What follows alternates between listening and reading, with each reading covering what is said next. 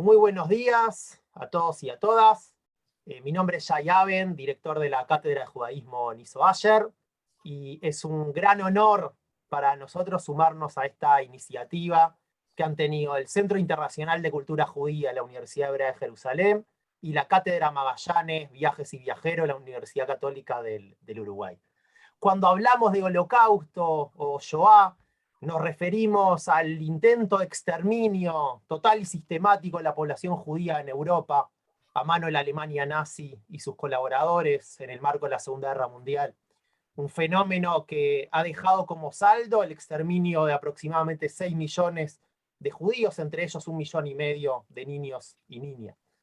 Las investigaciones y las distintas aproximaciones multidisciplinarias sobre este particular genocidio han permitido profundizar y ampliar la perspectiva, identificando diversos y nuevos temas para abordar, desde concepciones más particularistas a más universalistas, el reconocimiento a otras víctimas que han sufrido la persecución del nazismo, las acciones de resistencia armada y espiritual de las personas perseguidas, los heroicos esfuerzos de aquellas personas justas entre las naciones que arriesgaron sus vidas por salvar judíos, el rol de las mujeres, entre otros muchos temas.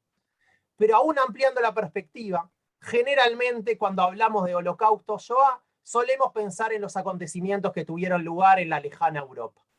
Hoy tenemos la oportunidad de aprender sobre la conexión latinoamericana, gracias al libro Cultura, Ideología y Fascismo, Sociedad Civil Iberoamericana y Holocausto, de los investigadores Leonardo Senkman y Abraham Milgram, y dialogar especialmente sobre Uruguay entre los años 1933 y 1945.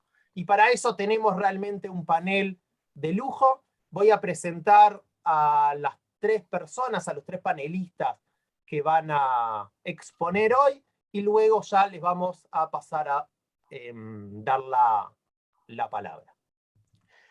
Va a comenzar el doctor Leonardo Senkman, que es profesor emérito de Historia Moderna Latinoamericana en el Departamento de Estudios Españoles y Latinoamericanos de la Universidad Hebrea de Jerusalén, investigador asociado al Instituto Harry Truman para el Avance de la Paz, especializado en historia social, historia de las ideas y estudios de refugiados y exiliados, especialmente en Argentina y el Cono Sur, autor y coautor de numerosos libros sobre la temática que nos convoca. La doctora Silvia Facal es doctora en Historia Contemporánea y de América por la Universidad Santiago de Compostela de España, en donde obtuvo el premio extraordinario a Mejor Tesis Doctoral de 2003 por su investigación precisamente sobre los refugiados judíos alemanes en Uruguay entre los años 33 y el 41. Es máster en inmigración, especialista en dirección de empresas turísticas, diplomada en docencia universitaria e investigadora del Sistema Nacional de Investigadores de la ANI. Cuenta con varias publicaciones sobre temas vinculados con movimientos migratorios y estadías de investigación en Alemania y España. Actualmente es además la directora de la Cátedra Magallanes, Viajes y Viajeros del Departamento de Humanidades de la Universidad Católica del Uruguay y profesora investigadora de la línea Movimientos Migratorios de Ida y Vuelta en Uruguay. Por último, la doctora Teresa Porcekavsky, uruguaya, escritora, antropóloga, doctora en trabajo social, con posgrado en hermenéutica y maestría en tecnologías de comunicación social.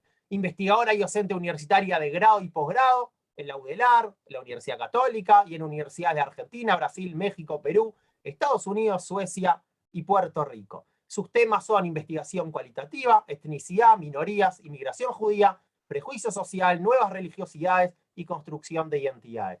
Ha publicado más de 50 artículos académicos y 17 libros de su autoría, además de cuentos, novelas, crónicas y poesía, traducidas a numerosos idiomas y cosechando varios premios. Así que tenemos realmente un panel de lujo. Hecha la presentación, vamos a pasar a darle la palabra al doctor Leonardo Senkman. Les cuento además, para quienes están sumando, que esta actividad va a ser subida luego al canal de YouTube de la Universidad Católica del Uruguay, y también decirles que pueden hacer sus preguntas o comentarios a través del botón de preguntas. Sin más preámbulo, le damos la palabra a el autor de este libro que estamos presentando hoy, doctor Leonardo Senca. Bueno, muchas gracias, antes que nada, a la Universidad Católica del Uruguay, al Instituto de Historia, Arte y Patrimonio, por cobijarnos académicamente en este primer encuentro con ustedes, al amigo y magíster Shai Abend, que está a cargo de la Cátedra de Judaísmo de esta universidad, a la doctora Silvia Facal, que hemos invitado con mucho gusto, a la doctora Teresa Porsecán, que amiga y colega con quien estamos trabajando hace mucho tiempo. Y quiero además explicarle de que nosotros, cuando digo nosotros me refiero al yo como coautor junto con Abraham Milgram de este libro que se llama Cultura, Ideología y Fascismo, Sociedad, y el subtítulo que para mí es lo más importante, Sociedad Civil y Iberoamericana y Holocausto, porque considerábamos que efectivamente entre las cosas que faltaban, entre los temas y los abordajes, me parece ausentes, era la sociedad civil.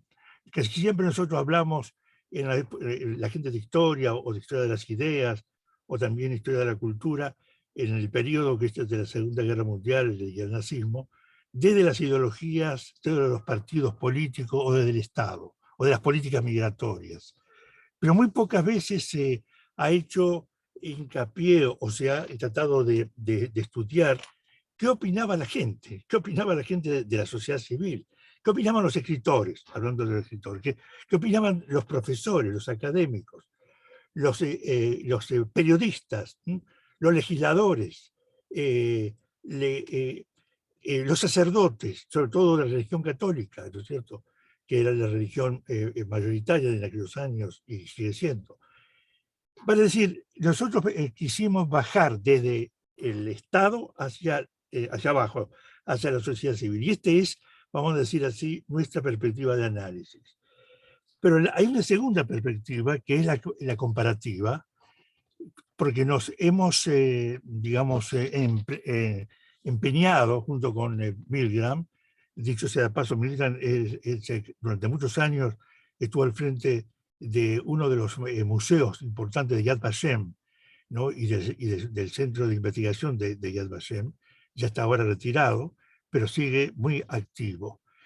Con el amigo Abraham Milgram hemos querido elegir una serie de países, que les voy a decir cuáles son, para los cuales invitamos en este libro, un libro grande, un libro editado en España, en Madrid, por Iberoamericana, y como ven ustedes tiene más de 815 páginas.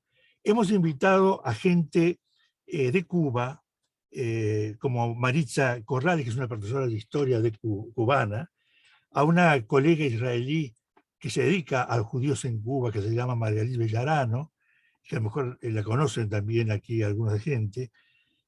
Brasil, ¿no?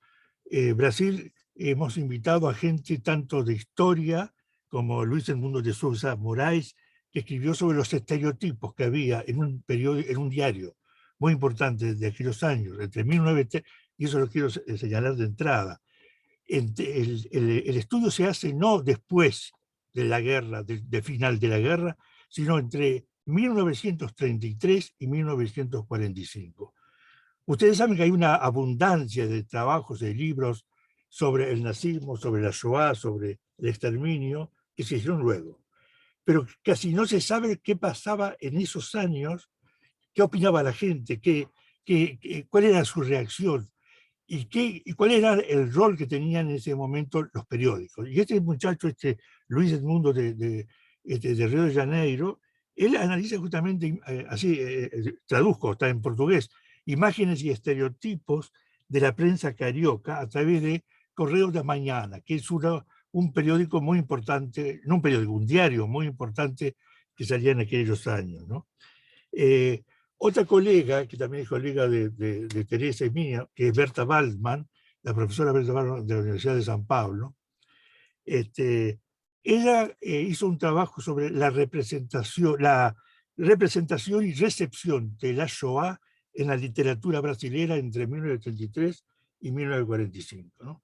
Lo mismo digamos, nos propusimos hacer en un país como México o como Argentina o como Chile, ¿no? Pero antes de llegar a esos países, quiero contarles que también hemos introducido dos países que no son latinoamericanos, sino que son ibéricos, España y Portugal. De Portugal se sabe, por ejemplo, que uno de los famosos, así llamados justos de entre las naciones fue Arístides Sousa Mendes, que ahora ayer se volvió a hacer un nuevo homenaje en Portugal, porque era otro de los aniversarios. Pero no se conoce, por ejemplo, que en Portugal había una escritora, Claudia Ninhois, que hizo un análisis sobre lo que opinaba la prensa portuguesa. Tampoco se sabe demasiado lo que ocurría en España en aquellos años. Sabemos la Guerra Civil Española, mucho sobre la Guerra Civil Española, era uno de los fenómenos históricos más importantes, pero lo que no conocíamos era qué opinaban, no solamente sobre el franquismo y sobre la gran división de agua entre franquistas y antifranquistas, sino qué opinaban en aquellos momentos sobre los judíos que estaban siendo perseguidos y luego exterminados.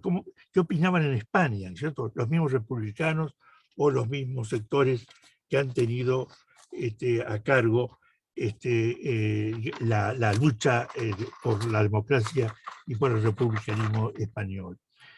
Yo quiero señalar además que en el caso tanto argentino como cubano, a mí me interesaba mucho analizar, vamos a llamar así, ciertos escritores, no solamente los famosos, Borges, por ejemplo, Ernesto Sábato, que han sido los escritores así, de una manera más conocidos y que son verdaderos íconos, ¿no? Íconos de lo que es digamos, los proaliados, intelectuales proaliados y projudíos, en el sentido de que escribieron novelas y, cuentos y artículos y ensayos que indudablemente han pasado a la historia como ejemplos, digamos así, prototípicos de lo que sería una literatura políticamente antinazi, pero ideológicamente simpatizante del caso judío.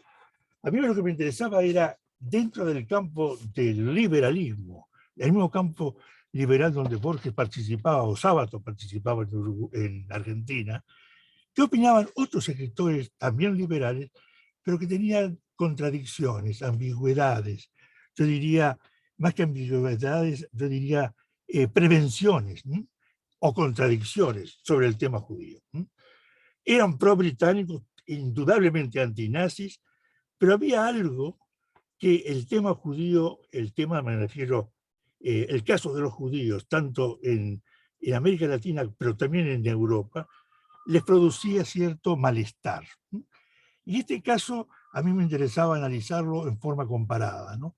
En el caso, por ejemplo, argentino, hemos solicitado a un colega que escribió un trabajo muy importante, me voy a dar el nombre para que lo conozcan, me refiero a, perdón, me refiero a Diego Niemiec, es un joven profesor de literatura y crítico literario de la Universidad de Cuyo, de Mendoza, que escribió sobre Manuel Mujica Lainez. Manuel Mujica Lainez era un periodista, un escritor, periodista y de los importantes, también colaborador de los diarios liberales como La Nación más importante, la revista Sur. Pero sin embargo, en los textos que él analiza, no hay tiempo ahora para referirme a ellos, él encuentra esas ambigüedades, que a veces son más que ambigüedades, sobre todo cuando viaja a Alemania, como corresponsal del diario La Nación, al comienzo, antes de la guerra, inmediatamente después de las famosas leyes de Nuremberg, y luego de la guerra. Y entonces él analiza bueno, los textos que escribieron en ese momento y hace lo que se llama un análisis textual, donde aparecen estas ambigüedades y contradicciones. Pero no es solamente en Argentina. Hemos pedido a otra gente amiga que hiciera, por ejemplo, un trabajo sobre Chile, ¿no es cierto? En el caso de Chile se conoce muy bien la actuación de ese gran poeta y escritor que fue Neruda, Pablo Neruda. Pero Pablo Neruda decidió básicamente ayudar en el famoso Winnipeg, que es el barco de Winnipeg que trajo a los exiliados españoles en el 39, a los exiliados españoles, pero en aquel momento concurrían juntos para escapar también refugiados judíos. Y entonces acá vemos que hay ya una diferenciación hasta prejuiciosa, que no solamente lo vemos en el caso de Neruda, sino en el caso de un muy amigo y muy antinazi brasilero, que fue Jorge Amado, ¿no? El famoso Jorge Amado brasilero, para quien había dos tipos de refugiados. Y quiero que sepamos que en aquel momento ser refugiado era ¿no es cierto? Digamos, la imagen del perseguido y del fugitivo que tiene que encontrar su salvación fuera de Europa. Y en ese sentido había una especie de, se puede llamar así, competencia entre los exiliados políticos o refugiados políticos antinazis, perseguidos en Alemania, sobre todo los socialistas, comunistas, pero también sectores, gente liberal, y el otro gran, grupo, que son los refugiados que no eran políticos, que no estaban perseguidos ideológicamente porque eran comunistas o socialistas, sino porque eran judíos. Y entonces esa diferenciación a veces se hacía de una manera muy odiosa en algunos textos, inclusive en el mismo, como periodista estoy hablando. Creo que recordar que Jorge Amado no fue solamente un gran poeta y un gran novelista, sino que fue un hombre que escribía en aquellos años en la prensa, ¿no? Pero también otro gran escritor, digamos, yo hablaba de las contradicciones y de las ambigüedades, pero también el silencio. Nosotros analizamos el silencio de aquella gente que prefirió no hablar, por más que era antifascista y antinazi. Y el caso que a mí me interesó mucho fue en Cuba. En aquel entonces estaba el gran escritor Alejo Carpentier, ¿no? Alejo Carpentier es un escritor que estuvo muchos años exilado por razones políticas en Francia, era muy afrancesado en el sentido de que era uno de los hombres más conocedores de la cultura francesa y que ayudó mucho luego a ser finalmente embajador en París. Pero en los años de la guerra él vuelve de Francia y está desde el 39 hasta el 45, que se va exilado después a Venezuela, y no escribe una palabra de todo lo que estaba pasando con los judíos. Entonces, este silencio en libros muy importantes que él escribió, y artículos, más que libros, eran artículos en la prensa periódica del campo literario y del campo publicístico, que están reunidos después en un libro que se llama El ocaso de Europa. Bueno, en el ocaso de Europa, el ocaso de los judíos está prácticamente olvidado. Eso también nos pareció importante analizarlo. Pero también hay otro tipo digamos, de prevenciones, ¿no? Yo les decía a ustedes que nos interesaba desde la sociedad civil analizar casos de intelectuales que tuviesen o ambigüedades o digamos así, doble patrones de conducta, pero también prevenciones. Había un sociólogo muy conocido en Colombia y fue en su momento nada menos que canciller, López de Mesa. Canciller de un presidente totalmente pro-norteamericano y pro-aliado. Nadie podía sospechar de que él era un hombre que tuviese alguna simpatía por digamos, por la potencia del eje. Sin embargo, López de Mesa, que ideológicamente era un conservador, ¿no? Un conservador ortodoxo, ¿no? Y totalmente pro-británico.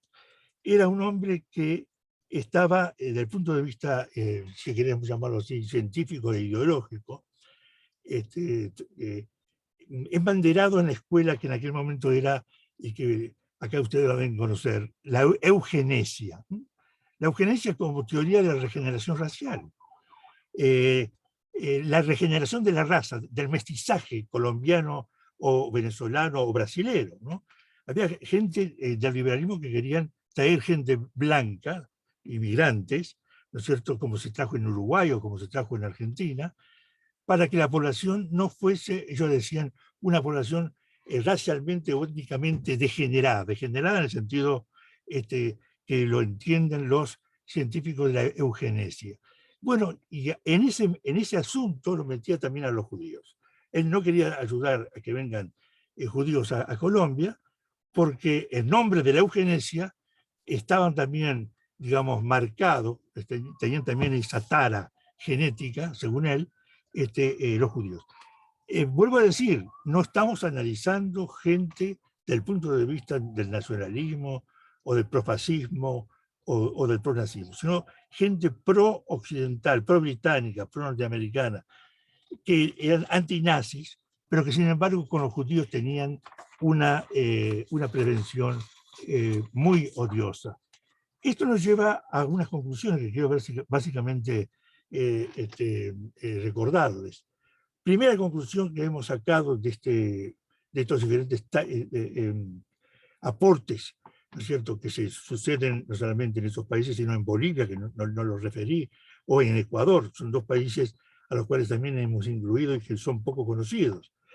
La primera conclusión es que no necesariamente ser antifascista, que era la gran ideología antinazi y antifascista de aquellos años, garantizaba tener una simpatía por la causa de los refugiados judíos.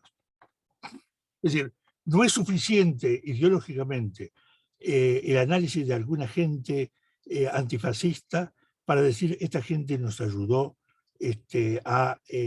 ayudó también a los judíos. El caso más notable es Vicente Lombardo Toledano, Lázaro Cárdenas. Lázaro Cárdenas, el presidente que ayudó tanto a los refugiados y exiliados españoles a llegar a México, tuvo una actitud muy prejuiciosa y negativa en los mismos años en que ayudaba a los, en el año 39, en el año en que Neruda ayudó, ¿no es cierto? Acuérdense que México fue el país que más trajo, más gente trajo más gente salvó, no solo trajo, salvó del franquismo. En esos mismos años, Lázaro Cárdenas no estaba interesado en ayudar a los judíos y el número que llegaron es ínfimo. En cambio, Vicente Lombardo Toledano, que era un dirigente sindical, la sociedad civil también está compuesta por sindicalistas, como están compuestos por periodistas, o están compuestos, ¿no es cierto?, está representada por gente de las académicos de las universidades, que acá no hay tiempo para referirnos. Pero Vicente Toledano era, en aquel entonces, el secretario general de la más poderosa federación sindical, no solamente mexicana, era de ideología socialista, sino que era el presidente de la Federación Sindicalista de toda América Latina. Y él hizo, sin embargo, por iniciativa suya, ¿no es cierto?, él logró, cuando se entera del comienzo del exterminio de los judíos en noviembre del 1942, un paro de actividades sindicales. Un par de actividades sindicales en poco tiempo, fue media hora, no más, pero que a nivel de ejemplo y de, vamos a decir así, repercutió en toda América Latina, en todos los sindicatos adheridos a esta federación, de la cual él era un indisputable y muy prestigioso dirigente. Entonces, salvo excepciones muy honrosas, honorables, esta idea de que ser antifascista es lo mismo que poder ayudar a los judíos en aquel entonces, no lo hemos corroborado en nuestro artículo, perdón, en nuestro libro. Y la segunda gran conclusión tiene que ver con el hecho de que las comunidades judías fueron en ese momento las que querían ayudar como podían y como lograsen a los judíos a través de organizaciones judías internacionales. Una de ellas fue muy importante, quiero señalar, que es el Joint. El Joint era una de las organizaciones que ayudó muchísimo a traer judíos en peligro en Europa, que tenían su sede en Lisboa, y a través de esas organizaciones internacionales llegaron muchos judíos que pudieron salvarse en países como Colombia, como Ecuador, como Bolivia. Como Bolivia, también llegaron a países del sur. Y otras organizaciones internacionales son las norteamericanas. Es decir que si tenemos que hacer un análisis de conclusiones, vamos a decir de que la sociedad civil se diferenció, y esto es una conclusión, una tercera conclusión que quiero dejarla clara, muchísimo se diferenciaba de los estados, del nivel del Estado, de los políticos y de las políticas oficiales, que muchas de ellas totalmente prejuiciosas y discriminatorias o restrictivas en materia de inmigración, pero que la gente de la población civil no opinaba de la misma manera que opinaban, por ejemplo, estos ideólogos, estos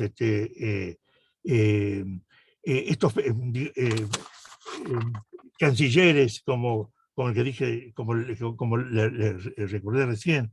Sin embargo, no ha sido estudiado cómo la gente pudo ayudar. La gente que llegaba, por ejemplo, en forma clandestina, quiero recordar de que la mayoría de los refugiados que no pudieron entrar en forma legal en los países como Argentina, como Uruguay, llegaron en forma ilegal a través de Paraguay y Bolivia, que fueron asistidas por organizaciones internacionales como el Joint, pero también asistida por gente común, gente boliviana, gente de la frontera, ¿no es cierto?, para poder cruzar la frontera y darle cobijo, pues se daban cuenta y comprendían de que eran perseguidos.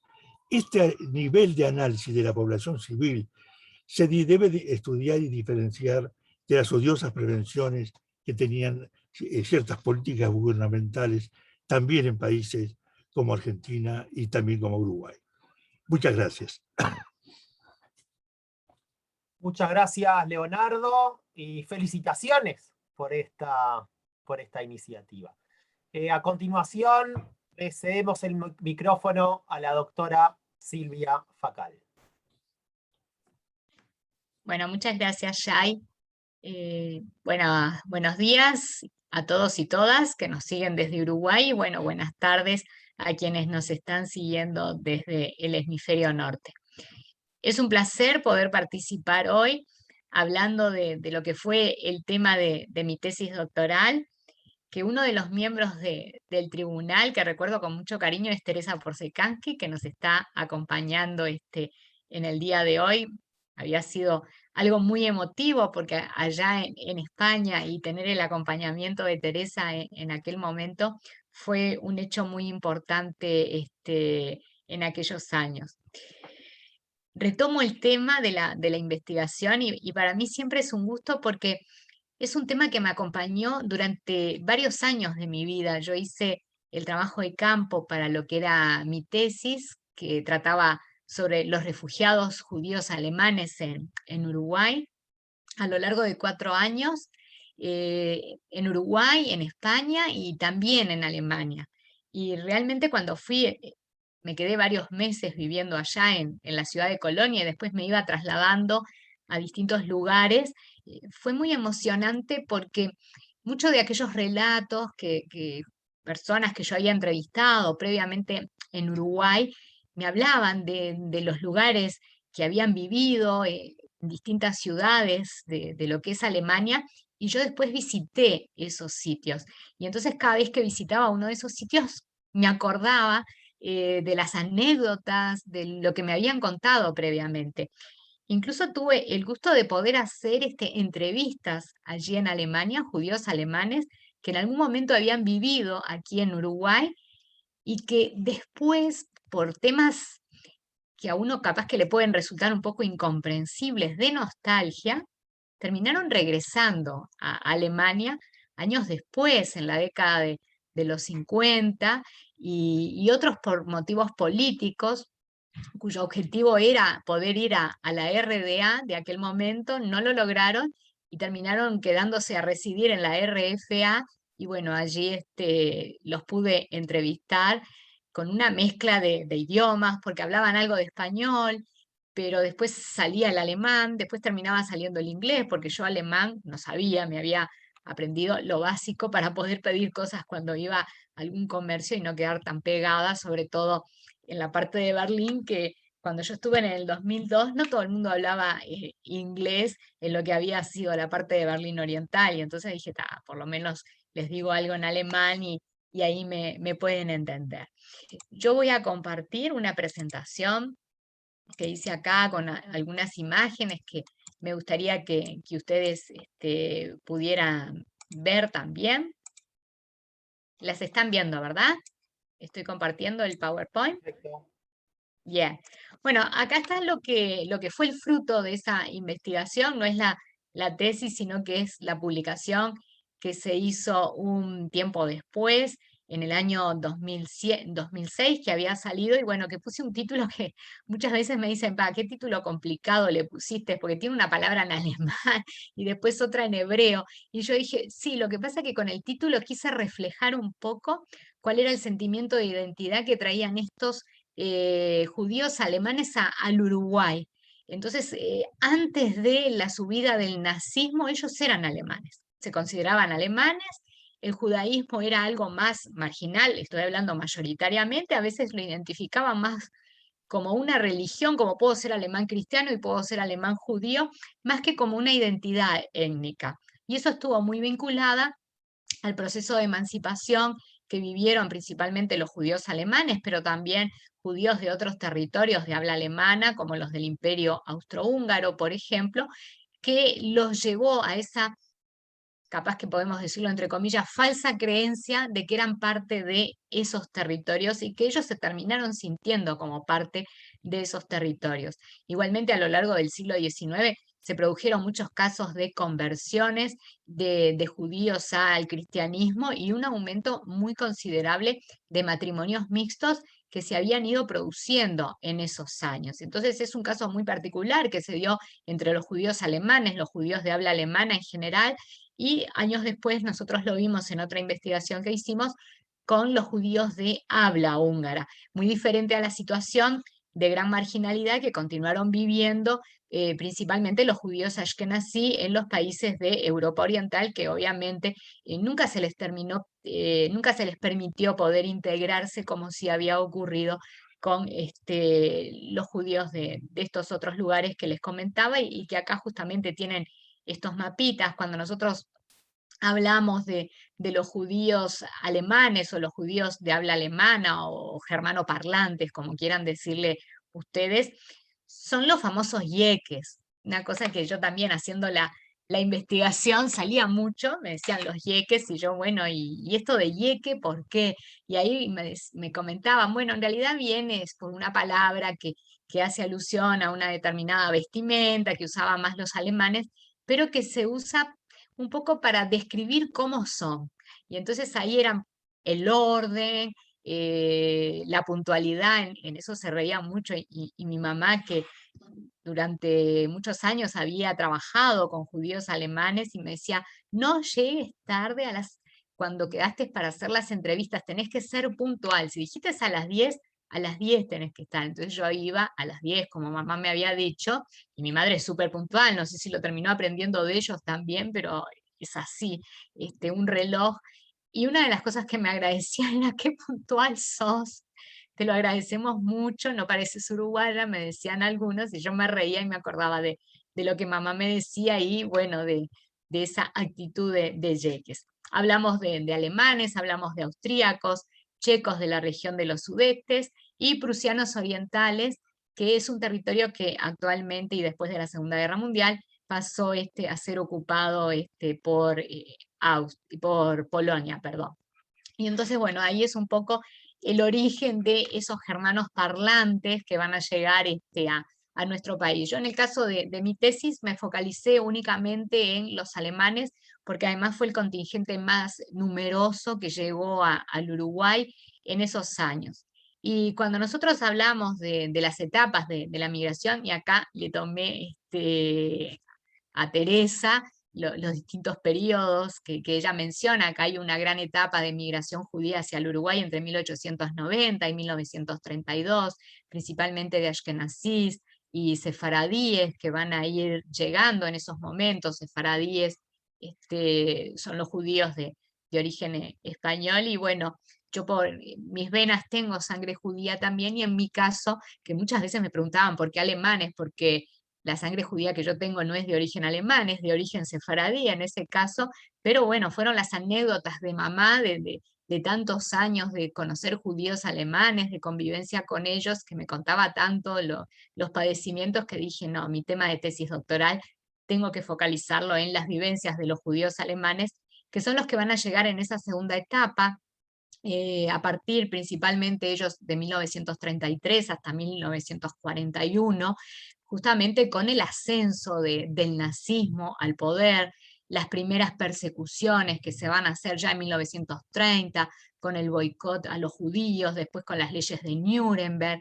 Nosotros podemos decir que hay una primera etapa de llegada de judíos alemanes a nuestro país, que se da entre 1933 y 1938, y a partir de la Kristallnacht, la noche de los cristales rotos, allá noviembre de 1938, se produce la segunda gran etapa, y es el aluvión, la mayor cantidad de salidas de alemanes de los territorios, o judíos de habla alemana de los territorios del Tercer Reich, no solo Alemania, sino todos aquellos territorios que habían ocupado.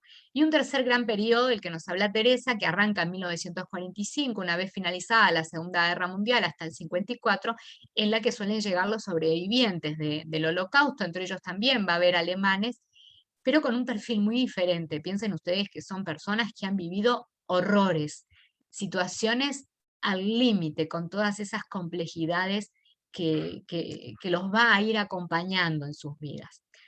Centrándonos en el caso de los judíos, de los judíos alemanes que van a llegar a nuestro país, hoy hablábamos, y lo había dicho Leonardo también, no son inmigrantes, no podemos clasificarlos como inmigrantes, quizás como los judíos sefaradíes que venían llegando previamente, sino que si bien conforman la categoría de migrante, acá traje las distintas definiciones para poder comprender bien, cuando hablamos de migrantes incluimos a refugiados, incluimos inmigrantes, emigrantes, desplazados, etc. Cuando hablamos de los judíos alemanes hablamos de refugiados. ¿Por qué hablamos de refugiados? Porque son personas que están huyendo, como nos dice hoy en día la propia ACNUR, aunque ACNUR, el Alto Comisionado de las Naciones Unidas para los Refugiados, se creó después de finalizada la Segunda Guerra Mundial. Se nos habla de personas que son perseguidas, que están huyendo. Pueden ser conflictos bélicos, pueden ser persecuciones por motivos políticos, sociales, culturales, raciales, religiosos, etc. Y justamente esto es lo que va a ocurrir con los judíos alemanes. Hay una teoría que a mí me gusta mucho, que trata de explicar lo que son los movimientos de los refugiados, que es la teoría del austríaco Kunz, que por suerte la pude encontrar a la hora de elaborar mi tesis, porque yo veía que entre los judíos alemanes estaban aquellos que habían emigrado antes de 1938, y que no encajaban tanto en la definición propia de refugiado. Bueno, esta teoría me vino como anillo al dedo, porque Kunz habla de dos tipos de refugiados: los refugiados anticipatorios y los refugiados agudos. Un poco la traducción, porque el artículo estaba en inglés que había hecho yo ahí, y les explico. Los anticipatorios son aquellos que ven que hay determinadas situaciones que van a terminar poniendo en peligro su vida, y que de manera muy acertada terminan yéndose de ese lugar en donde ya empiezan a haber algún tipo de persecución, pero que saben que se van a recrudecer esas persecuciones. Y esto es lo que ocurre con los que salieron de Alemania a partir de 1933 hasta 1938, hasta los acontecimientos previos a lo que había sido la Kristallnacht.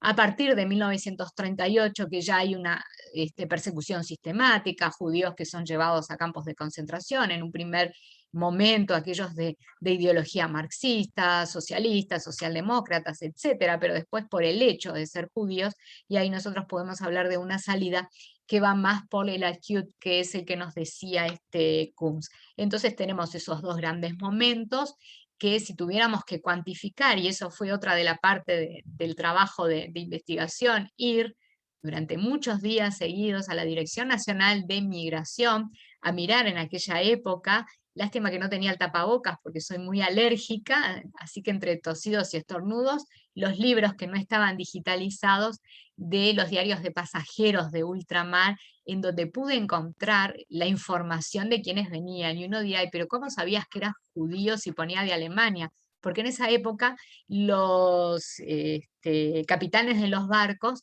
en la información que daban de los pasajeros que descendían, ponían la religión que estos tenían. Y entonces obviamente para mí fue muy fácil, pero obviamente esto era una estigmatización, como se hacía también en las partidas de nacimiento del siglo XIX en Alemania, que gracias a la misma se lograron detectar a aquellos alemanes que tenían sus antepasados judíos y que eran declarados después como judíos y también perseguidos.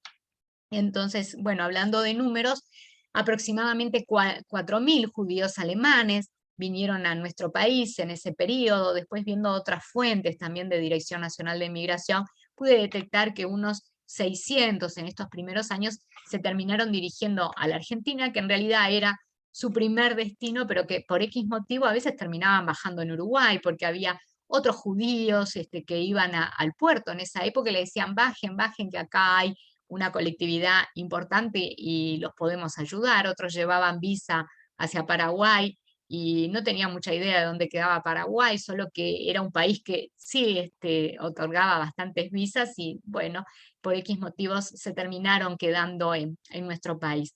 Yo acá les traje algunos, siempre me gusta poner las palabras de los propios protagonistas, y una de las entrevistadas, Úrsula, comentaba un poco por qué salieron ellos. Entonces voy a compartirles este testimonio. Ella decía, mi padre decidió emigrar después del boicot económico porque no quería ser ciudadano de segunda, ya en 1933, vieron que era uno de estos anticipatorios.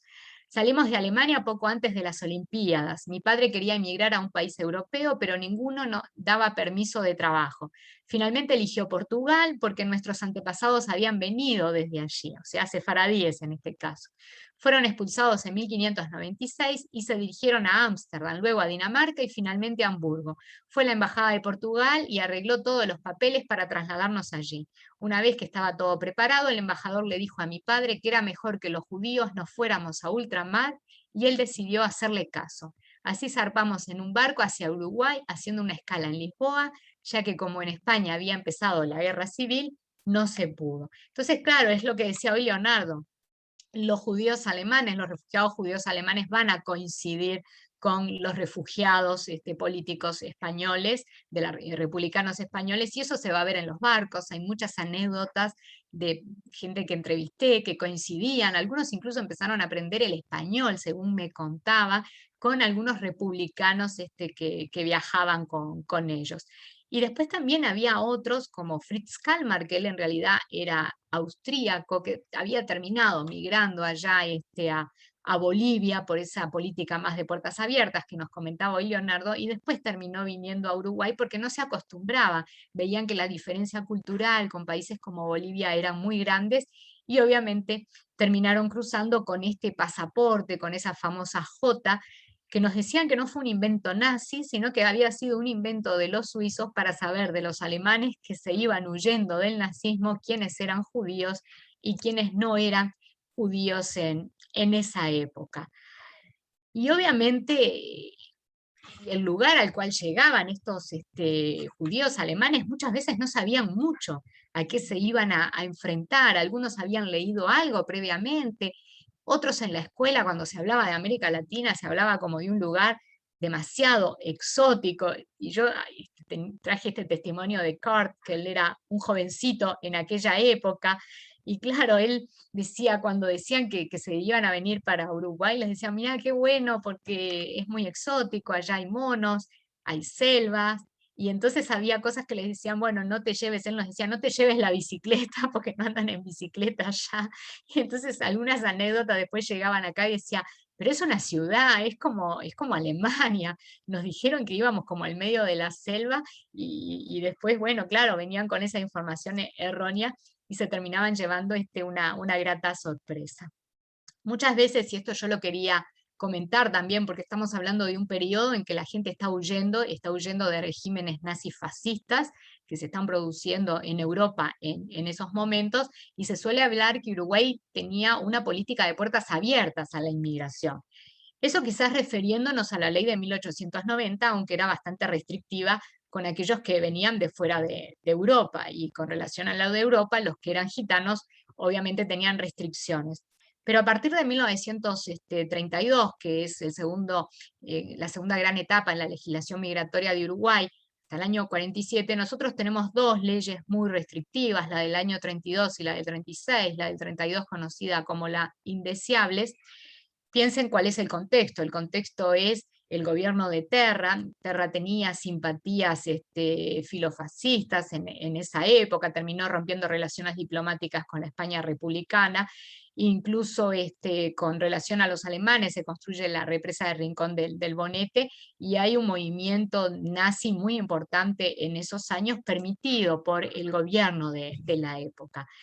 Estas leyes son bastante restrictivas, se puede expulsar a migrantes, incluso también se les van a empezar a pedir certificados a partir de 1936, certificados políticos, certificados de salud, que va a ser bastante engorroso poder solicitarlo, incluso se les van a pedir medios de vida, 600 pesos que se tenían que depositar en una cuenta del Banco República y no tocar por un año, y viajar en primera clase, o sea que solo podían venir los que realmente tenían un poder adquisitivo muy alto.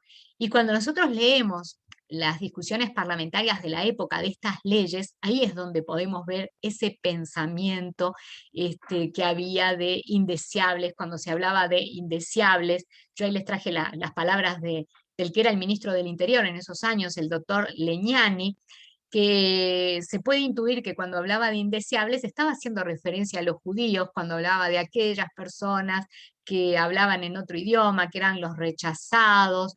Incluso otros senadores hablaban de ciertas características que tenían algunos judíos que andaban por el campo vendiendo de puerta en puerta, y también se referían a aquellas personas que de ideología comunista, pensando ya en los republicanos españoles. Quien tuvo un gesto de poder abrir las puertas había sido el senador Emilio Frugoni del Partido Socialista en esa época, que presentó un proyecto para abrirle la puerta a los refugiados españoles y judíos alemanes también, que bueno, quedó durmiendo esa iniciativa en las carpetas, pero bueno, quería también mencionarlo aquí. Entonces, claro, se hacía bastante difícil poder llegar, pero a pesar de ello, bueno, ahí está un poco alguno de los documentos que se les exigía, pudieron llegar esos más de 4.000 judíos a nuestro país, a pesar de muchos rechazos de barcos, porque a veces nosotros supimos de cónsules inescrupulosos que terminaban vendiéndoles visas que eran falsas. La gente no lo sabía, pensaban que era un visado legal, y cuando llegaban al puerto de Montevideo muchas veces eran rechazados. No solo el episodio del Cote Grande, sino que hubo otros episodios de rechazo de pasajeros de esa época. Yo ahí le saqué una fotografía a uno de los diarios que ustedes ven ahí tachados en color rojo. Esos son pasajeros judíos alemanes que venían en esa época, y que se había detectado que el visado era falso, que había sido vendido por algunos de estos cónsules, y no les permitían desembarcar.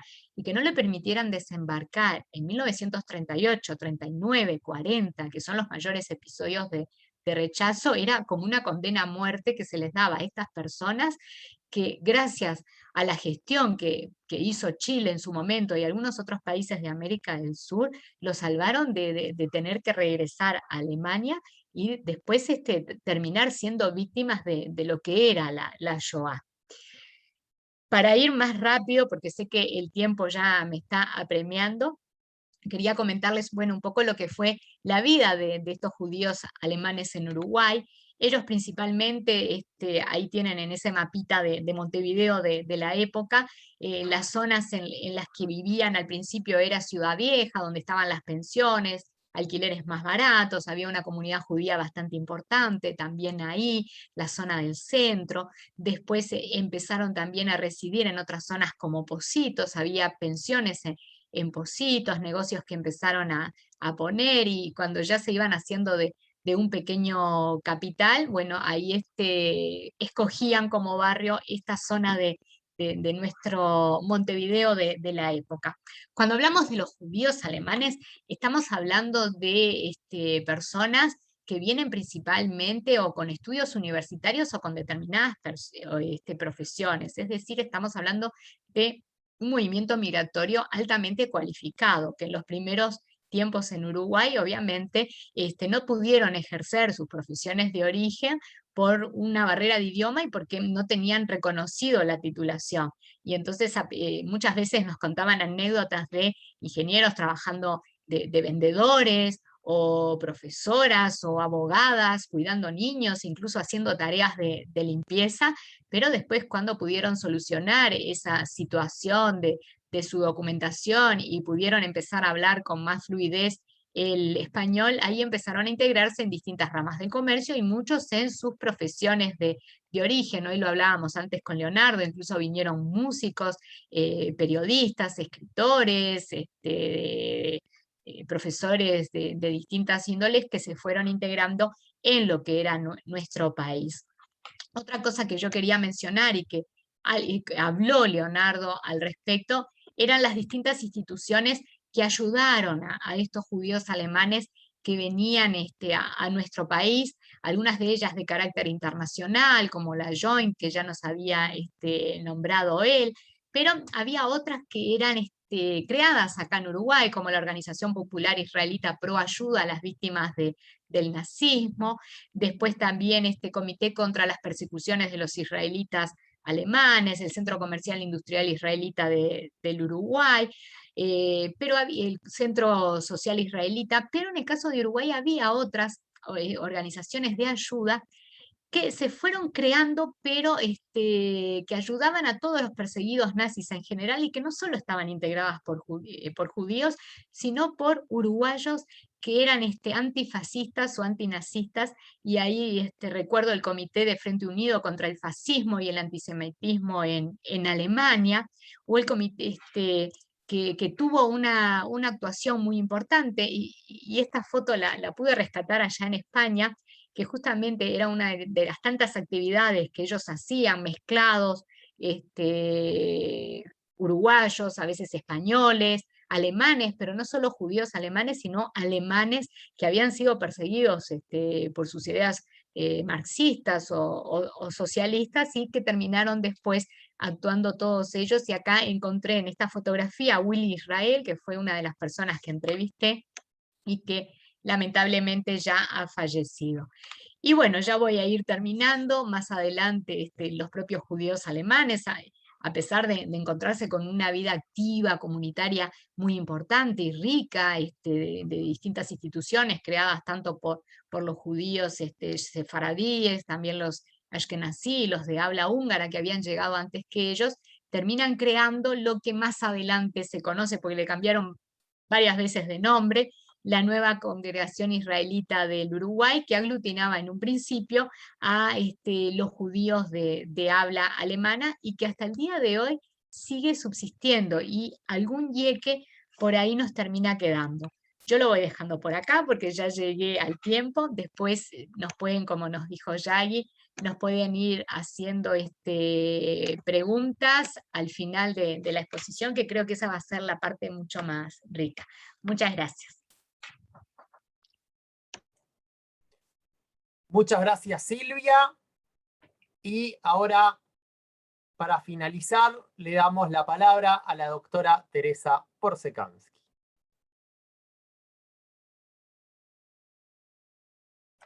Desactiva el silenciador del micrófono. Hola, ¿está bien? Sí. ¿Sí?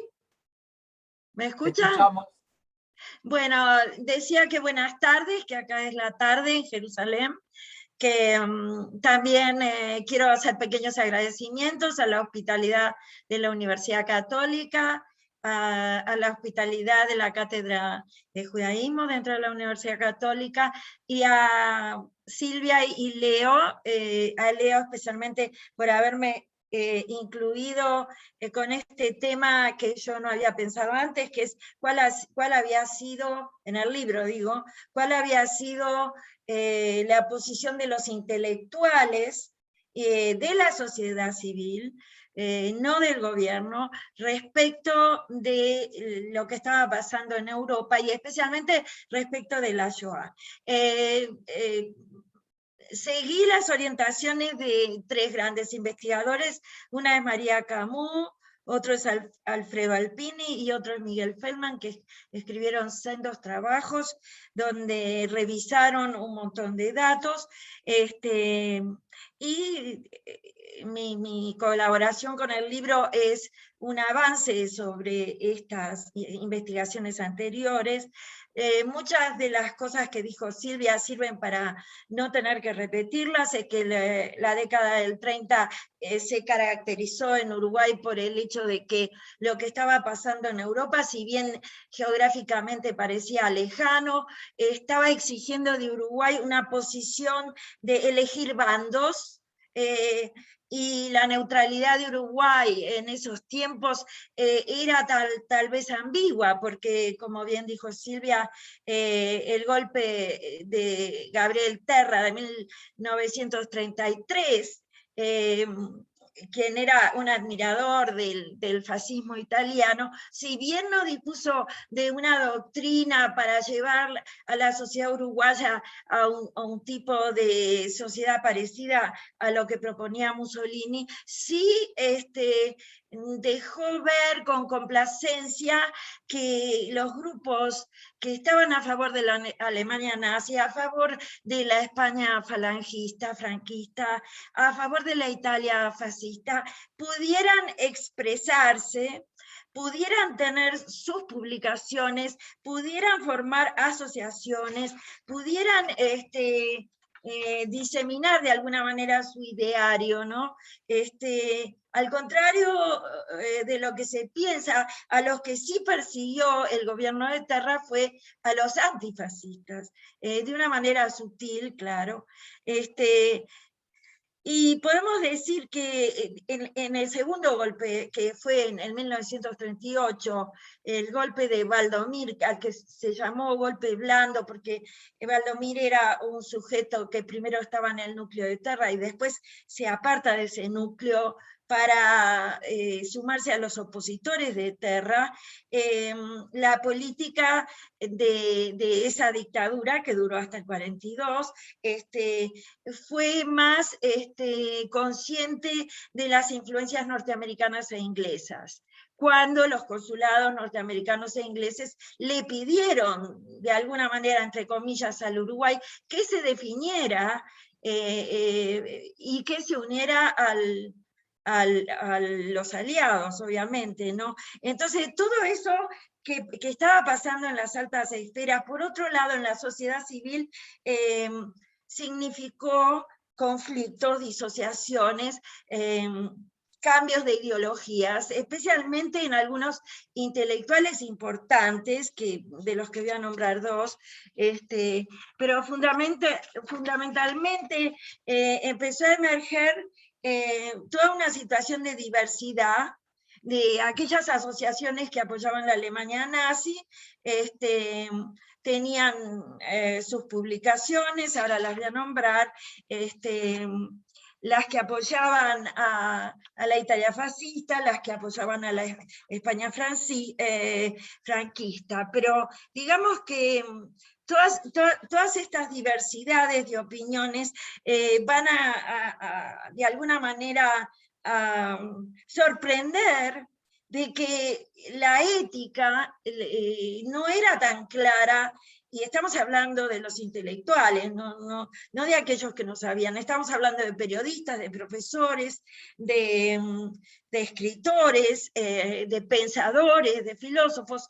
No estaba tan claro que estuvieran siempre de lo que llamamos del lado del bien, cuando era clara en la Segunda Guerra Mundial cuáles eran los bandos, y si hubo una guerra en que estaba bien clara la diferencia entre bien y mal, habrá sido esa, digamos, una de las últimas. Bueno, hay que decir que hubo un partido nazi en el Uruguay que fue fundado en 1933, que se fundó a partir de un grupo que antes había pertenecido a la Asociación de Empleados de Comercio, que el partido nazi se pudo explayar, pudo tener sus publicaciones, y recién en 1940, bajo la presidencia de, como ya dije, Valdomir, se inicia una investigación que tiene implicancias con respecto a la seguridad del Estado. También hay presiones de Norteamérica y de Inglaterra, y son detenidos 8 alemanes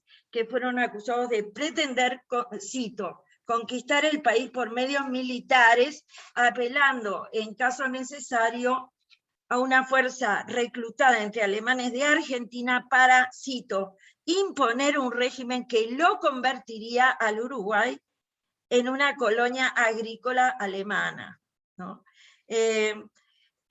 Por supuesto que puede haber sido la primera de las acusaciones, seguramente también había subacusaciones respecto de espionaje, respecto de mandar datos. Había un centro en Berlín que era el que mandaba las directivas a los grupos de tendencia nazi, y podemos decir que las publicaciones, les quiero mencionar solamente algunas: el periódico Corporaciones del año 35, que respondía a un movimiento llamado Acción Revisionista del Uruguay, liderado por Adolfo Agorio, Ernesto Bauzá y Varela de Andrade.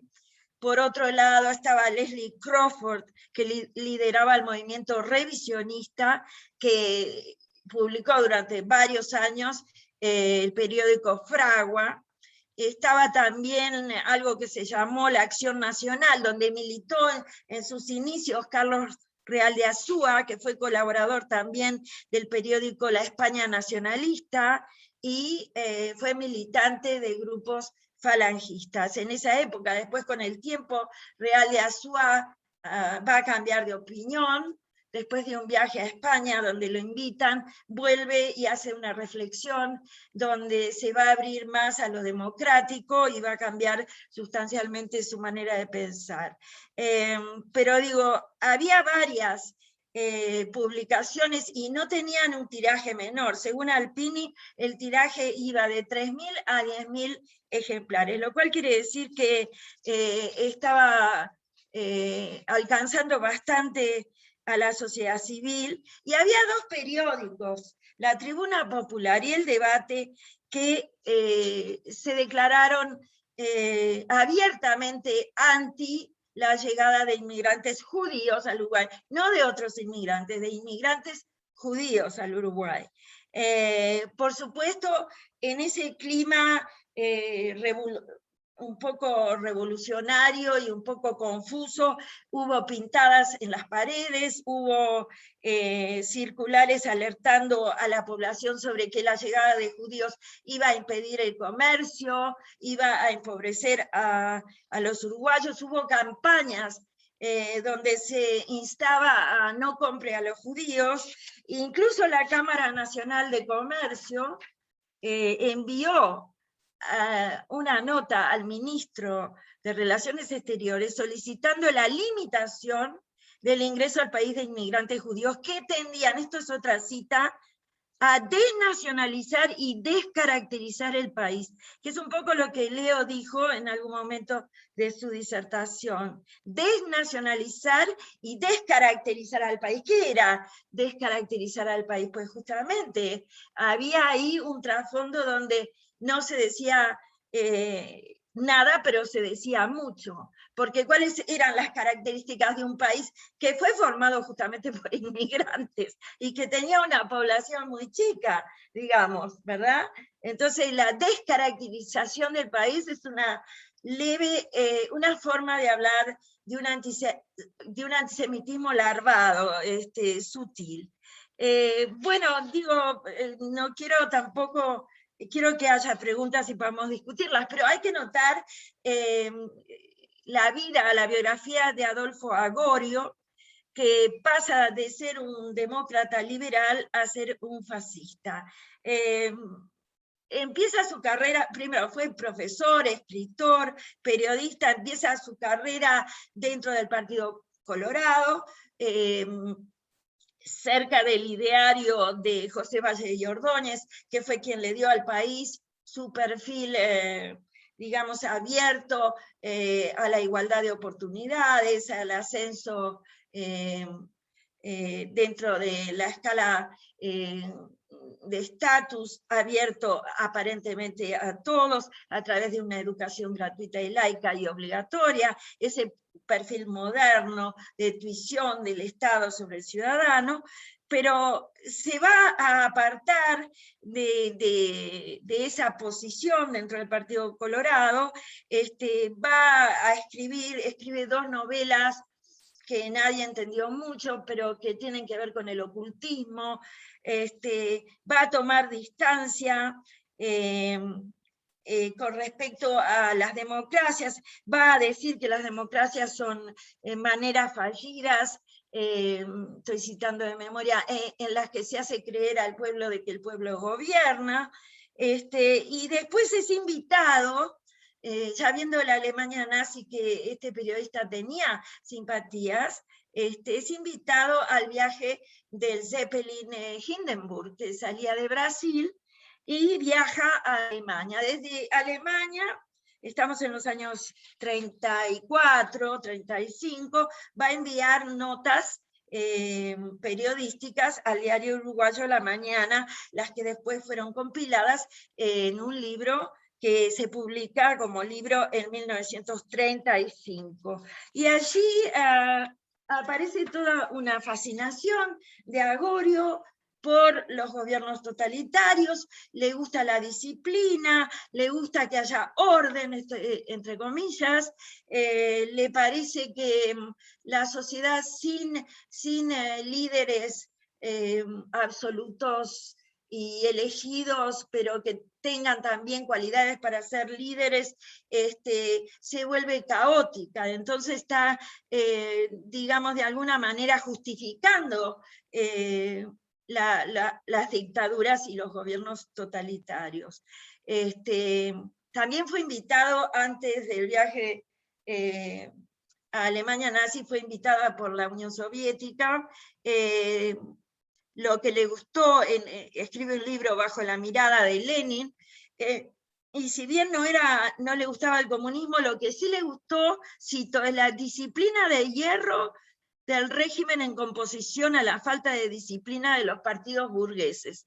O sea, se los voy a repetir. La disciplina de hierro del régimen en contraposición a la falta de disciplina de los partidos burgueses.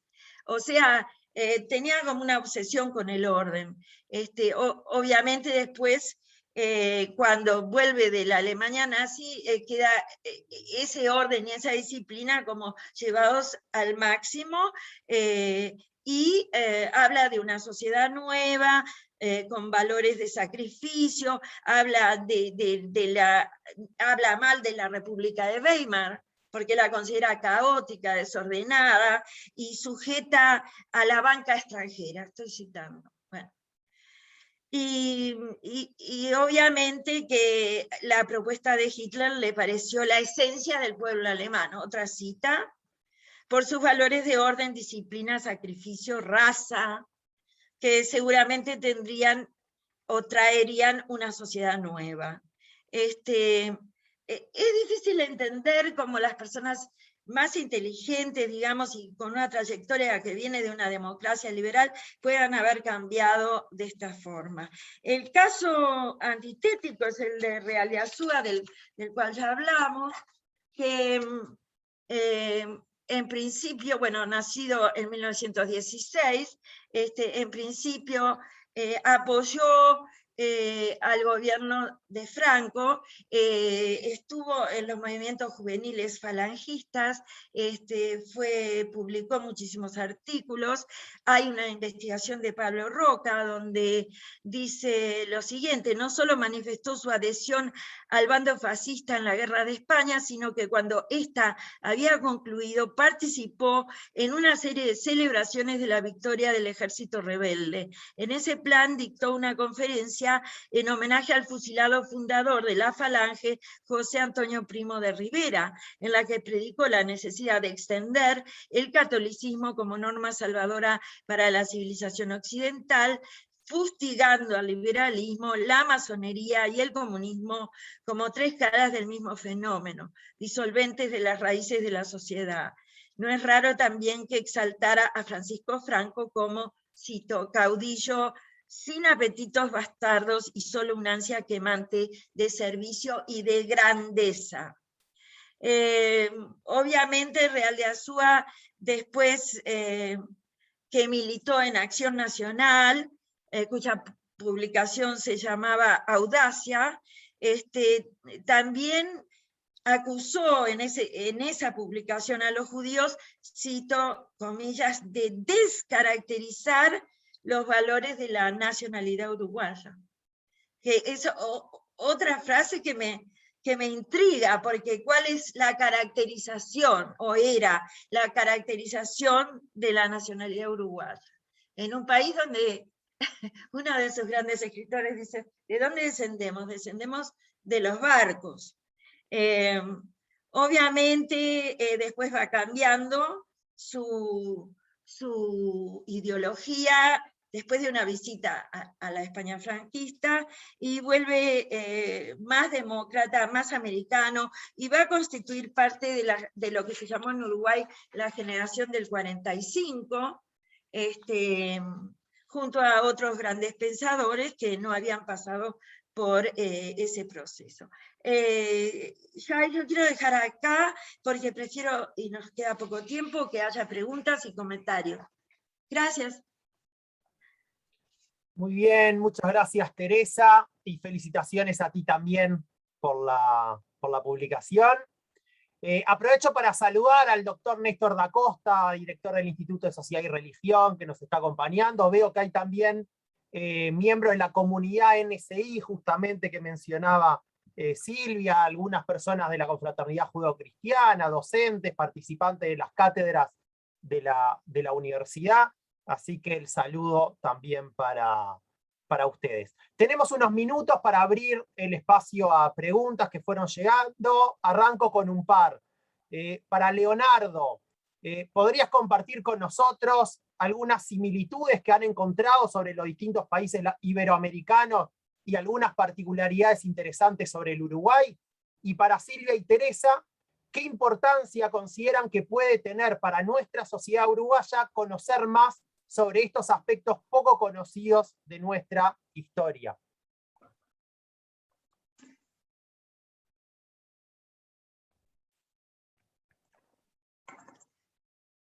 Leonardo. ¿Quién quiere responder? Leo.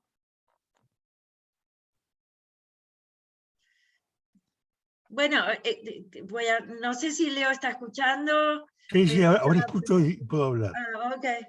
Bueno, para buscar una similitud, hay varias, pero digamos que me gustaría empezar con un señalamiento que hizo Teresa de estos dos intelectuales, uno un gran intelectual, Carlos Real de Azúa, que viene desde digamos, de un profranquismo a un liberalismo y un demócrata y republicanismo, por un lado, y el otro, Argoria, que viene de un político partido liberal y se transforma al revés, en un fascista. Esto ocurrió también en otros países, y Argentina es uno de ellos. Yo quiero recordar de que hubo algunos intelectuales que durante la Segunda Guerra Mundial se dieron vuelta, ¿no? Digamos, cambiaron completamente. Y esto es un fenómeno interesante que se repite no solamente en Argentina y en Uruguay. A mí me parece que esto es un tema muy importante. El otro tema, digamos así, otra gran mancha temática que podemos analizar en forma comparativa es la diferenciación que se hacía entre los refugiados políticos y los refugiados, como señaló muy bien Silvia, que en realidad los alemanes hablaban de emigrant, no hablaban de inmigrante ni tampoco usaban la palabra refugiado, pero hablaban de emigrant, salían pero no podían volver, o no querían volver, o no podían volver. Este es un fenómeno que se da también en países como Argentina, como Uruguay, y con gran fuerza en Brasil. Y hay un tercer aspecto que me gustaría comparar, es la diferenciación total que había entre la gran causa popular y gran adhesión, pero multitudinaria de la sociedad civil en favor de la causa española, de la causa de los republicanos española, y frente a la indiferencia, por no decir hostilidad, a la causa judía.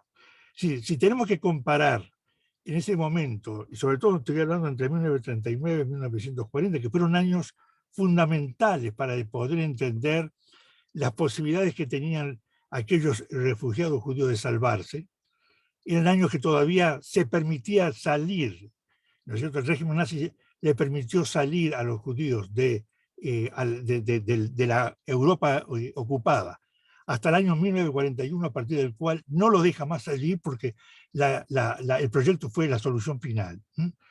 Si se compara en estos 2 años que son, yo diría, fatídicos, realmente trágicos y decisivos, 1939-1941, la actitud de la sociedad civil, la actitud de la sociedad civil, con millares de organizaciones que ayudaban a la causa española frente a la causa judía, vamos a encontrar una diferencia notable. Y hay gente que bordaba y hacía ropa para los republicanos en lugares más apartados de las provincias, tanto de Argentina como de Uruguay, como de Brasil, y como en Chile, frente a la casi escasa, ¿no es cierto?, ayuda que se ofrecía, salvo en marcos comunitarios judíos. La diferencia es notable y la similitud, ¿no es cierto?, entre ambas, digamos, sociedades civiles también es notable. Eso es lo que puedo decir por ahora.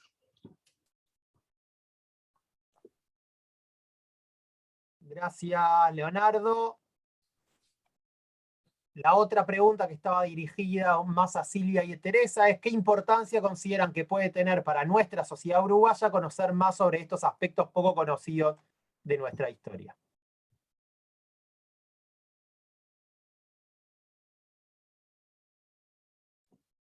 Teresa, estás muteada porque veo que estás hablando.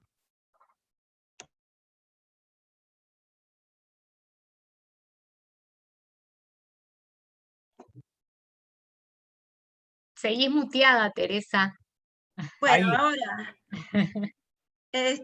por supuesto que es muy importante, porque cuando los investigadores ponen sobre la agenda un tema, es porque el tema tiene una importancia que puede cambiar la visión general de la manera en cómo las sociedades se van construyendo, ¿verdad? Porque no se van construyendo solo para reproducirse como individuos, o sea, como cuerpos, se van construyendo en función de la transformación de las ideas. Yo creo que un investigador en profundidad que tome un tema, me acabo de recordar que no dije algo importante de lo que descubrí, que el tema del holocausto, o sea, la especificidad del holocausto como un crimen masivo que ocurrió por primera vez en esas dimensiones, en el mundo, no llegó a conocimiento, estoy diciendo esto porque me lo olvidé de decir, no llegó a conocimiento de la sociedad civil uruguaya en la medida que estaba ocurriendo, sino que recién en 1942, aunque se habían filtrado comentarios y chismes y informaciones parciales. Recién en 1942 los consulados británicos y norteamericanos permitieron al Congreso Judío Mundial dar a conocer al mundo lo que estaba ocurriendo, cuando ya se habían asesinado 3.100.000 judíos, y no judíos también, las otras minorías que estaban en los campos de concentración, como los gitanos, homosexuales, comunistas, socialistas. Eso es lo si ese conocimiento hubiera venido, en la pregunta ahora, hubiera venido a tiempo, de repente la sociedad civil hubiera reaccionado de otra manera. Pero claro, era un mundo globalizado, pero no tanto como lo es ahora, donde sí podemos ver que en Yemen están asesinando masas de gente o se están muriendo de hambre, en el momento en que se están muriendo de hambre. ¿No, Silvia? Sí, exactamente. Y además, bueno, yo como historiadora, ante esta pregunta, destacar que la historia justamente cumple ese papel de rescatar lo que ha ocurrido en el pasado, que puede haber cosas buenas, puede haber cosas malas. Hoy un poco el conocimiento que nosotros tenemos de lo ocurrido en esa época y focalizado al caso de Uruguay, cuando yo les hablaba de la política migratoria, por ejemplo, bueno, es un poco de romper ese mito que siempre hemos oído de que Uruguay ha sido constantemente un país abierto a la llegada de migrantes, pero cuando nosotros realmente ahondamos, estudiamos, vemos que no es así, que lo que es la propia legislación, incluso desde la ley de 1890 y pasando por las leyes de la década del 30, son leyes bastante restrictivas.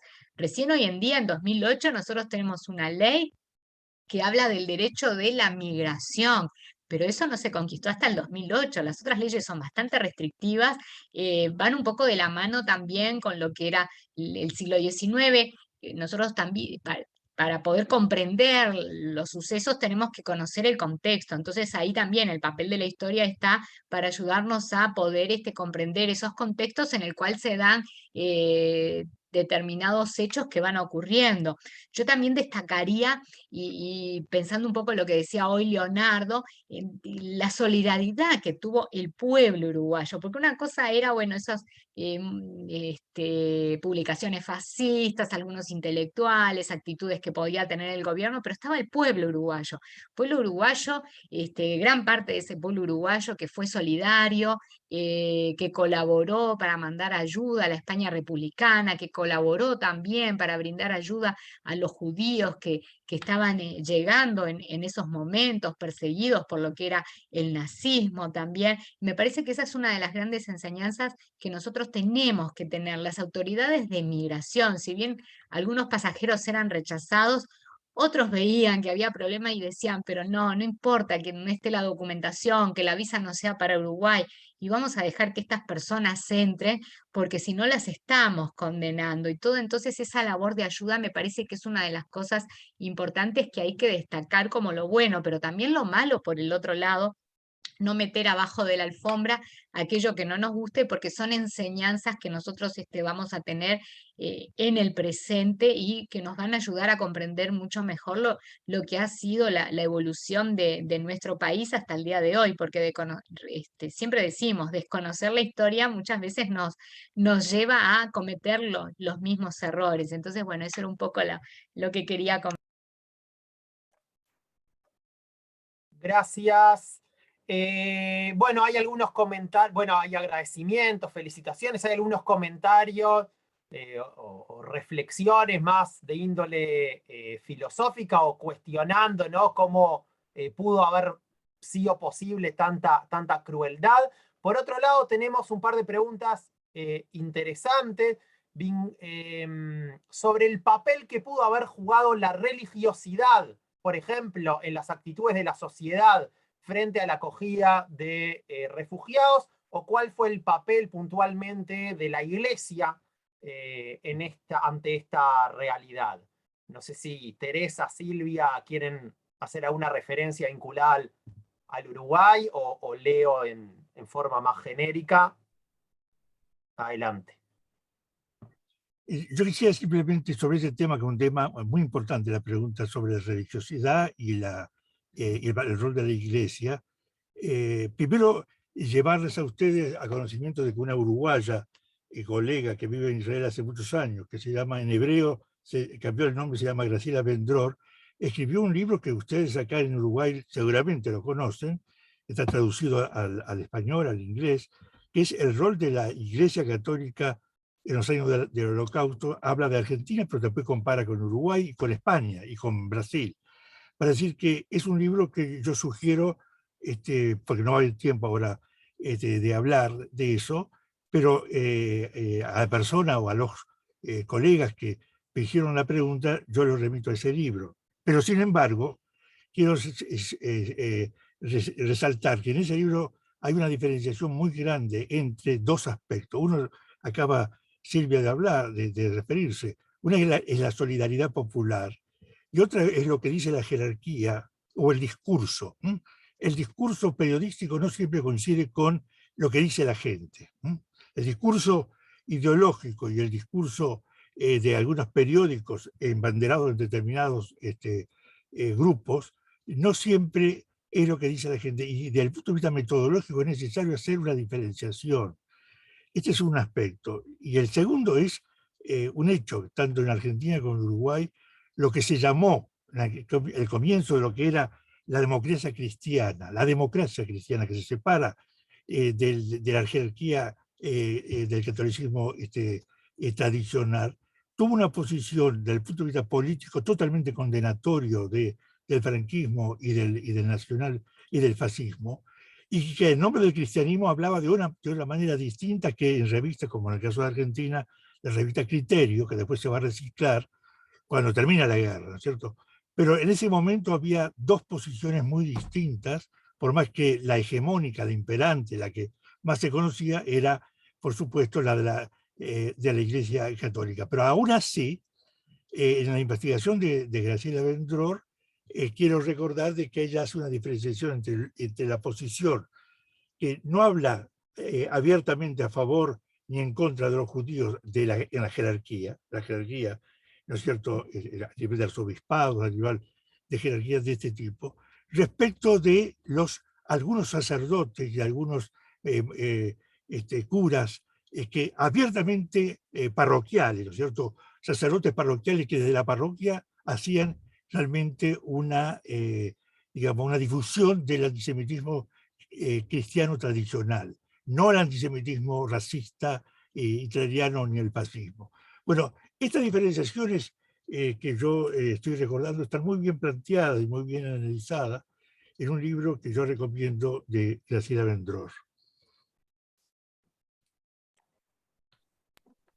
Yo también quería recomendarles un libro que ahora me acordé que está muy claro, todas las actitudes de antisemitismo que había, de parte también de lo que podía ser Iglesia Católica como jerarquía, decía hoy Leonardo, el libro de antisemitismo en Uruguay, que fue escrito por Clara Aldrigui, por Caumont, por Feldman también, por Arendt, si mal no recuerdo, eran los autores, que están muy bien, porque además trabajan con bastante prensa, muestran ahí la actitud que van a tener distintas instituciones en Uruguay, pero a través de la prensa escrita que se puede plasmar y es la que termina llegando al público en general.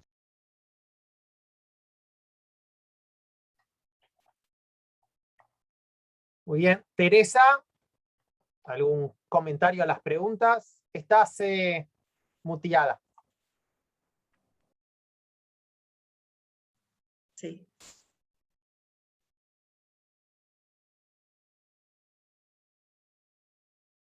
Adelante.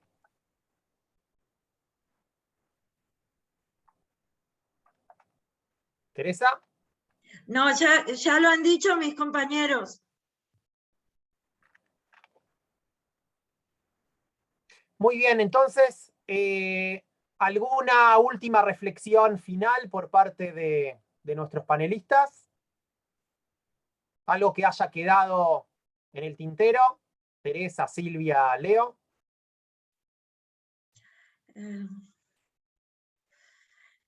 Sí, el Perdón. prejuicio social, digamos, Sí. el prejuicio social, que digo que no desaparece, se ha estudiado desde el punto de vista psicológico, desde el punto de vista sociológico, antropológico, la necesidad de encontrar un enemigo, la necesidad de construir un nosotros siempre en oposición a otros, y que esos otros estén definidos de una manera negativa. Digo, lo humano es complejo y lo humano societario es todavía más complejo, y en este caso, obviamente, el prejuicio social, no necesariamente porque estaba ya en los totalitarismos que ascienden en la Europa, sino porque es también un fundamento esencial de la construcción de cualquier unidad que busque llamarse un nosotros, una sociedad, la uruguaya, la argentina, en fin, que busca de alguna manera, o inventa, o crea, dice René Girard, crea ese enemigo imaginario al que se le tiene, por un lado, miedo, y por otro lado, admiración, una admiración, digamos, ambigua. Y bueno, pero eso se ha estudiado en los temas profundos de la antropología social, como algo que también pasa en las sociedades de primates superiores, el buscar el enemigo y el hacer de algún otro, que siempre va cambiando, ¿no? Ese otro, de hacer de ese otro un enemigo para poder definirse dentro de un grupo propio, con sus límites.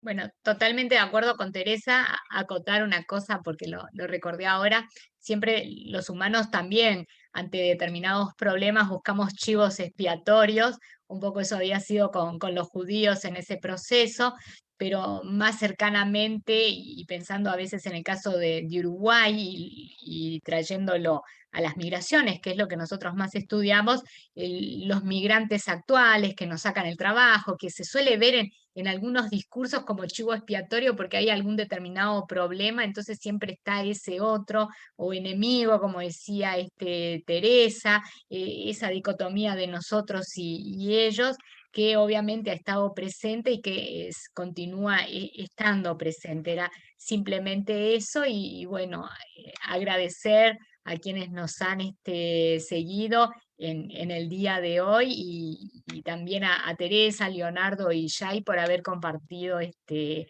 encuentro.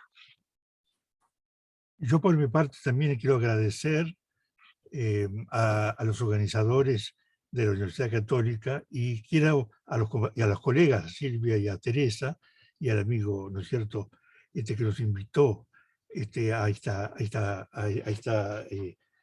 actividad. Pero quiero señalar algo a nivel, vamos a decir así, metodológico, que casi no hablamos de metodología, porque no se puede todo en un mismo, en tan poco tiempo, pero quiero señalar dos aspectos metodológicos que surgen de este trabajo que hemos hecho. Uno, imposible estudiar un fenómeno en un solo país, como por ejemplo el efecto del nazismo y de la Shoah en la sociedad civil uruguaya, si no se entiende que este es un fenómeno transnacional y colectivo. Esto no surgió solamente y no impactó solamente a Uruguay, impactó también a la Argentina, impactó también a Cuba en América Latina, pero también impactó a Estados Unidos y también impactó a otros países neutrales que no participaban en la guerra. Para decir que el abordaje para este estudio, desde el punto de vista de los estudios del Holocausto, debe ser un abordaje transnacional y no cerrado solamente en la nación italiana, una nación argentina, una nación brasileña. Ese es un aspecto que demande otra reflexión, que es la necesidad de la comparación, de hacer un estudio comparado entre los mismos países, no solamente los fenómenos que ocurrieron en Europa y cómo impactaron la Kristallnacht o las leyes, digamos, que van a impedir la salida, ¿no es cierto?, de los judíos, el neutralismo latinoamericano. El fenómeno del neutralismo latinoamericano es un fenómeno compartido por muchas naciones hasta determinados años antes de alinearse con las potencias, con las Naciones Unidas, con las Naciones Aliadas, ¿no es cierto? Esto también exige un estudio comparado. Y entonces, si analizamos que es un fenómeno transnacional y no solamente nacional, y al mismo tiempo la necesidad de un fenómeno comparativo, lo que a mí me surge es la necesidad de armar equipos, ¿no es cierto?, de colegas multidisciplinarios. Eso es muy importante, no solamente historiadores, sino críticos literarios, antropólogos, gente de relaciones internacionales, gente que está trabajando aspectos también lingüísticos. Hoy se habló acá del tema de las lenguas, ¿no es cierto?, de los inmigrantes. Esto es muy importante para entender de qué manera se ha transformado, cómo esta gente ayudó a transformar lo que nosotros entendemos como una identidad nacional colectiva en cada uno de estos países. De qué manera las identidades colectivas de estos países latinoamericanos ha sido también permeada y influida por esta gente, tanto desde la ciencia, tanto desde las artes, tanto desde las academias. Yo creo que estas son asignaturas pendientes. Muchas gracias, Leonardo. Dos de los libros que se han mencionado aquí, Antisemitismo en el Uruguay y Tiempos difíciles del doctor Feldman, ambos a encontrar en bibliotecas, porque lamentablemente ya no se consiguen en plaza.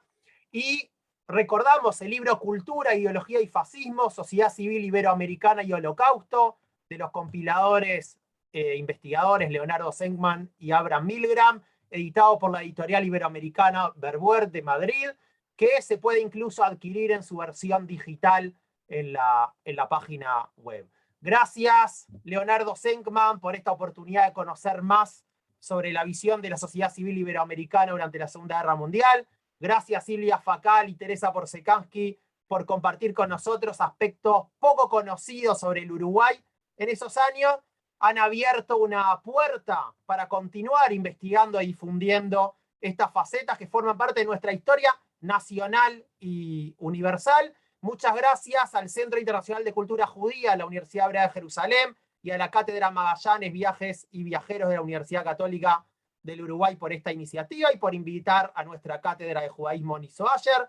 Gracias a todas y todos las personas participantes y al equipo también de soporte de la universidad. Nos reencontramos en cualquier otra oportunidad.